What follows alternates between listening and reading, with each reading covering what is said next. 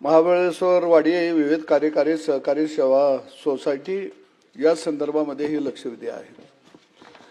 मंत्री महोदय, जिल्हा मध्यवर्ती बँका ह्या खऱ्या अर्थानं विकास सोसायटीला कर्ज देत असतात, विकास सोसायटी खाली सभासदांना कर्ज देत असते। परंतु सातारा जिल्हा मध्यवर्ती बँकेचा एकंदरीत जर कारभार बघितला तर आंधळं दळतं आणि कुत्रं पीठ खातं अशा पद्धतीचा त्या बँकेचा कारभार आपल्याला दिसून येईल। या बँकेच्या माध्यमातून अनेक ठिकाणी ज्यांना कर्ज दिलं, बोगस कर्ज मोठ्या प्रमाणामध्ये अनेक ठिकाणी वाटप करण्यात आलेले आहेत। अनेक ठिकाणी सोसायटीच्या चेअरमननी कर्ज वेगवेगळ्या लोकांच्या नावावरती घ्यायचं आणि परत ते कर्जमाफीमध्ये बसवायचं, व्याज सवलतीमध्ये बसवायचं, म्हणजे सरकारचा फायदा घ्यायचा, परंतु मूळ कर्जदाराची फसवणूक करून काही ठराविक लोक, विकास सोसायटीचे चेअरमन असतील किंवा काही लोक अशी त्या लोकांच्या नावचं कर्ज उचलून त्याचा वापर करत आहेत। आणि त्याचा एक नमुना माझ्याकडे या ठिकाणी आहे। महाबळेश्वर वाडी विविध कार्यकारी सहकारी संस्था सेवा सोसायटी या सोसायटीमध्ये 2016 पासून मोठ्या प्रमाणामध्ये बोगस कर्ज वाटप करायचं आणि ते कर्ज स्वतः वापरायचं असे प्रकार घडत आलेले आहेत। या संदर्भामध्ये सभापती महोदय, शेतकऱ्यांनी ज्यांच्या नावावर कर्ज घेतलं त्यांनी तक्रारी केल्या, परंतु त्यांच्या तक्रारीकडे दुर्लक्ष केलं गेलं। एक सभापती महोदय, मी आपल्या एक बाब अत्यंत गंभीर अशी आपल्या निदर्शनाला आणतो। कैलासवासी पांडुरंग केसू कोटावळे हे मयत झालेले आहेत 7/2/2019 ला।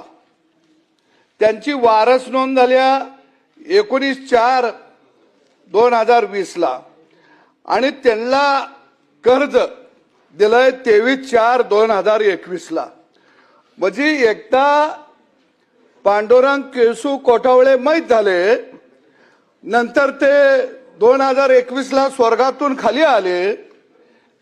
मयत झाल्यानंतर परत त्यांनी कर्ज घेतलं आणि मग ते स्वर्गात परत गेले। म्हणजे किती चांगला कारभार सहकारामध्ये चाललेला आहे हे यातून आपल्याला स्पष्ट होईल। असं एक प्रकरण नाही, असे अनेक प्रकरण नाही। ज्ञानू केशव निंबाळकर हे सुद्धा या ठिकाणी मयत झाले 2019 ला आणि त्यांनाही कर्ज दिलं 2023 ला। म्हणजे अशी अनेक नाव आहेत, 40-42 नाव आहेत की ते मृत्यू झाले, स्वर्गात गेले, कर्ज घ्यायला खाली आले, परत स्वर्गात गेले, परत कर्ज घ्यायला खाली आले। परब साहेब 3 वेळा स्वर्गातनं जाऊन खाली आले। मला वाटतं परब साहेब आपण जाऊन त्यांना वाट विचारूया खाली याची वाट कुठली आहे। आणि एवढा मोठा भ्रष्टाचार झाला, पर हे कर्ज परब साहेब घ्यायचं, परत कर्जमाफीत बसवायचं, परत ते माफ करून घ्यायचं, व्याज सवलत घ्यायची।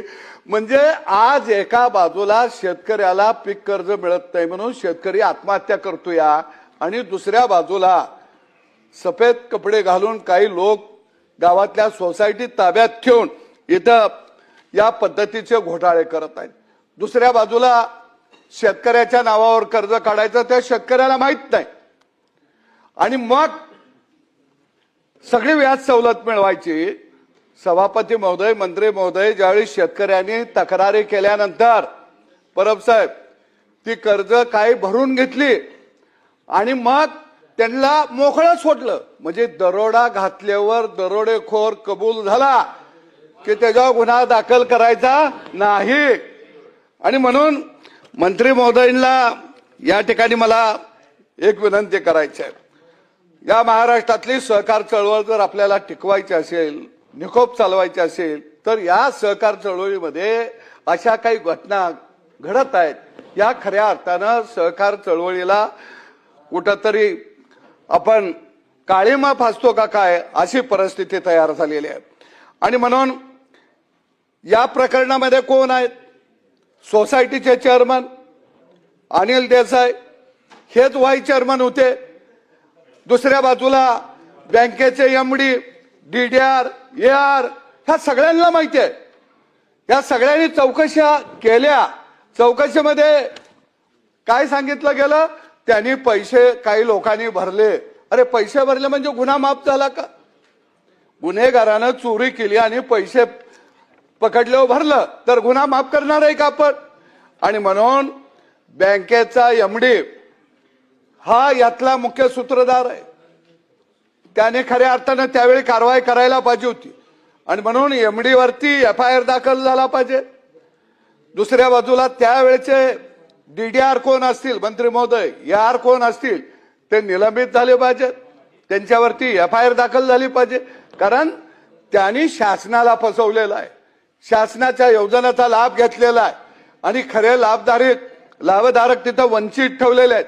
आणि म्हणून सोसायटीच्या चेअरमन पासून या सगळ्यांच्या वरती आपण गुन्हे दाखल करणार का? आणि जे जे दोषी अधिकारी आहेत त्यांचं निलंबन करणार का? त्यांच्यावर गुन्हे दाखल करणार का? कारण एका बाजूला उत्तरामध्ये तुम्ही कबूल केलंय की होय हे घडलेलं आहे, पण आम्ही ते पैसे वसूल केलेले आहेत. काही लोकांच्याकडनं येणं आहे. आणि म्हणून मला वाटतं की हा सहकारामध्ये एक अजब प्रकार, जिवंत माणसाला कर्ज मिळत नाही पण मेलेल्या माणसाला कर्ज मिळतं, हा अजब प्रकार सातारा जिल्हा मध्यवर्ती बँकेच्या माध्यमातून या ठिकाणी पाहायला मिळालेला आहे. आणि सरकारनं याची सखोल चौकशी तर करावी, परंतु पहिल्यांदा यांच्यावरती आपण गुन्हे दाखल करणार का आणि हे अधिकारी निलंबित करणार का, या संदर्भामध्ये आपण काय कारवाई करणार आणि ती करावी अशी मी आग्रहाची भूमिका या ठिकाणी मांडत आहे. धन्यवाद. सभापती महोदय, सन्मान्य सदस्य सदाभाऊ खोत यांनी अतिशय गंभीर घटना सातारा जिल्ह्यातल्या मान तालुक्यातल्या महाबळेश्वरवाडी येथील विविध कार्यकारी सहकारी सोसायटीमध्ये जे काही प्रकार घडले हे अतिशय काळीमा फासणारे प्रकार या ठिकाणी उघडकीस केलेले आहे. मी जेव्हा स्वतः याचं ब्रीफिंग घेतलं तेव्हा काही कागदपत्र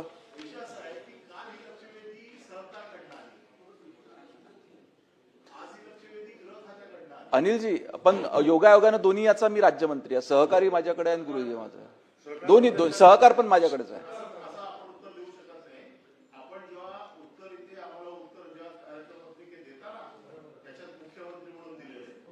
नाही पण राज्यमंत्री मी आहे ना त्यांच्याकडचा. काल सहकारकडे दाखवली होती पण आज मुख्यमंत्री ट्रान्सफर झाली ती आहे गृह खात्याचा विषय साहेब. त्याच्यामध्ये गृह खात्याचा मी सांगतो ना आपल्याला, गृह खात्याचा विषय आहे. मी उत्तरामध्ये देतो ना. आपण म्हणताय ते बरोबर आहे. काल सहकारकडे दाखवली होती परंतु सहकारकडे याचा विषय येत नाही. क्रिमिनल आणि गुन्हे असल्यामुळे ते ट्रान्सफर झाली ते उत्तर. Yes yes. नाही ते काही संबंध नाही. त्याच दोन मंत्री उत्तर देऊ शकत नाही एका लक्षवेधीला.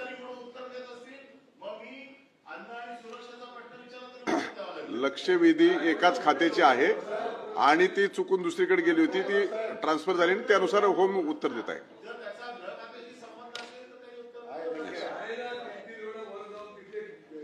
राजहंस, खाली बसून बोलू नका, बसून बोलू नका. ते कालचं आहे बच्चू भाऊ, ते कालचं आहे. मी सांग, मला असं वाटते झालेली घटना जास्त, माझी विनंती आहे परब साहेब, ही घटना प्रचंड गंभीर आहे. आपण थोडं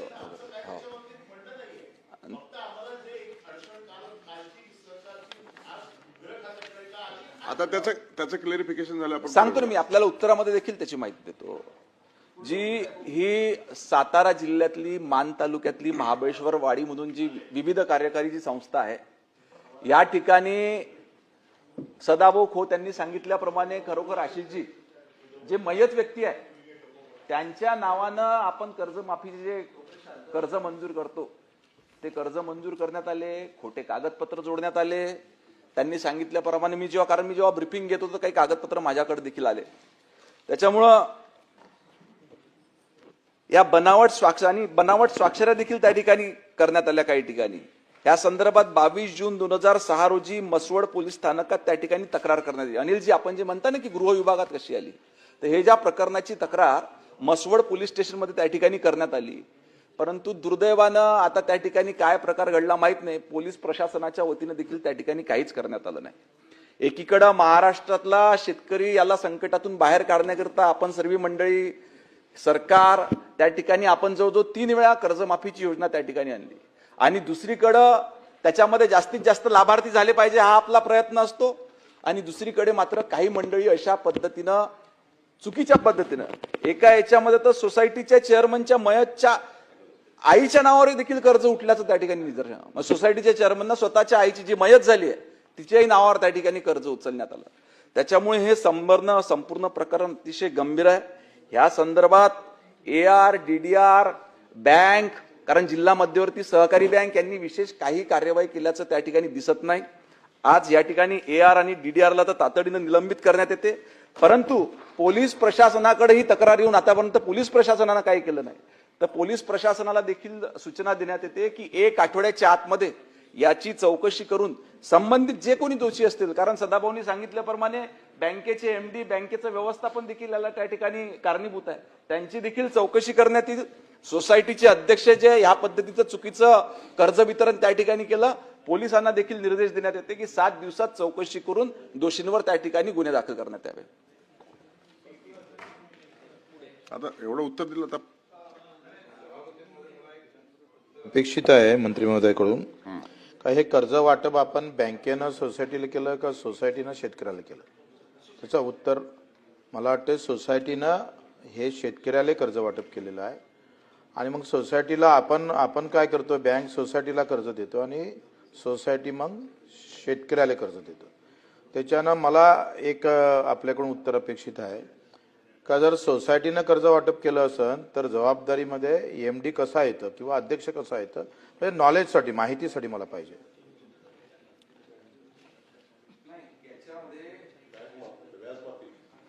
आपण जेव्हा बँकेकडून सोसायटीला देण्यात येते, त्याच्यानंतर सोसायटीला सर्व हिशोब बँकेला द्यावा लागते. बँक त्या ठिकाणी आपण दिलेलं कर्जाचं वितरण कुठं झालं, काय कुठं नाही, कोणत्या लाभार्थ्यांपर्यंत गेलं याची माहिती घेते. ही सर्व माहिती घेतल्यानंतर MDनं देखील त्या ठिकाणी कुठलीही कार्यवाही केलेली नाही, म्हणून त्याच्यामध्ये त्यांचा देखील गुन्हा याच्यामध्ये सिद्ध होतो. शेतकऱ्याने, बच्चूभाऊ कर्जदाराने सहाय्यक निबंधाकडे तक्रार केलेली होती, बँकेकडे तक्रार केलेली होती, त्याची दखलच त्यांनी घेतली नाही.